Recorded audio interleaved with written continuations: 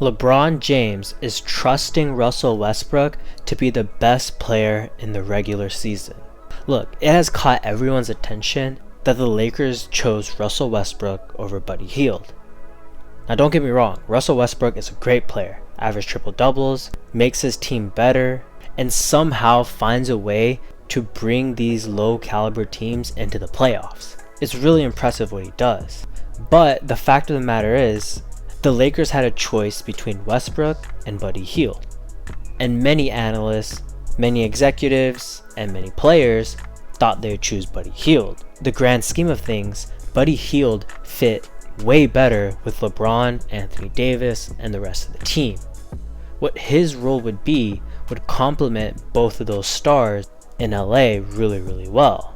He would function as a high volume 3-point shooter who here and there can get different types of buckets and can be a scorer when either LeBron or Anthony Davis is not in the game, hurt, or just ice cold from the perimeter.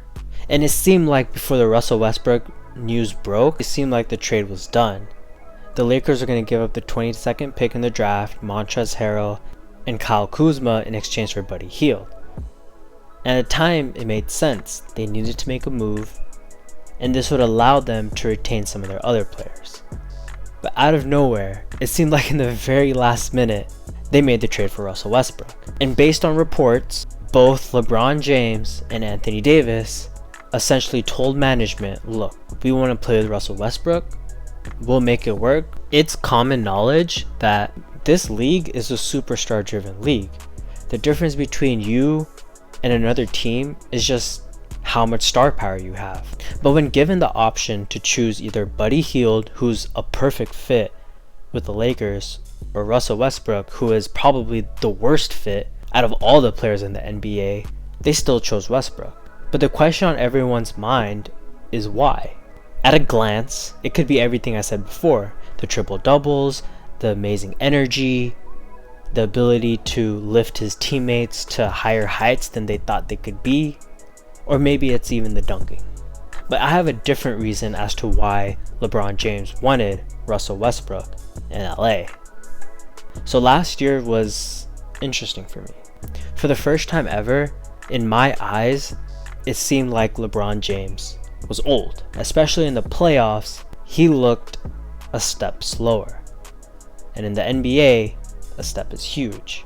There is a chance that he'll still recovering from the high ankle sprain, which is notorious from being one of the worst nagging injuries in the NBA. But at the same time, he just looked different. In that playoff series with the Suns, he wasn't playing like you would expect LeBron James to play. Usually he's going to the hoop and he's finishing with and ones or just simple layups. But it seemed like in that series, he did that less and less as the game wore on. Instead, he did what the other team wanted him to do, which was settle for jump shots. Now don't get me wrong, LeBron James is not the worst jump shooter in the world, but his strength to his offensive game isn't shooting. It's driving to the rim and either getting a layup, dunk, or kicking it out to a shooter. That's why historically, the best LeBron teams have been the ones that can surround him with snipers. Not only that, but Anthony Davis, after having an amazing postseason run when the Lakers won the championship, it seemed like Anthony Davis was poised to take over the mantle from LeBron James and be the number one for the Lakers moving forward. LeBron James said it himself, he wanted Anthony Davis to be the guy in LA. So far, that hasn't worked out real well. In the 2 seasons with the Lakers, LeBron has by far been their most important player and their best player. But how can you trust someone to be the number one on the team when they can't even get on the court? And I think this is playing in LeBron James's mind when he got Russell Westbrook. On the off chance Anthony Davis gets injured again, he still has another superstar to rely on. Knock on wood, has been one of the healthiest players in the NBA. Sure, he has his fair share of injuries here and there, but in the grand scheme of things, he is relatively healthy. More importantly, he stays healthy with a high usage rate. And that is where LeBron's age comes in. For what it is worth, I think LeBron will return to form and have a great, but LeBron James knows his body the best. And he said it himself. I don't think I can be 100% ever again.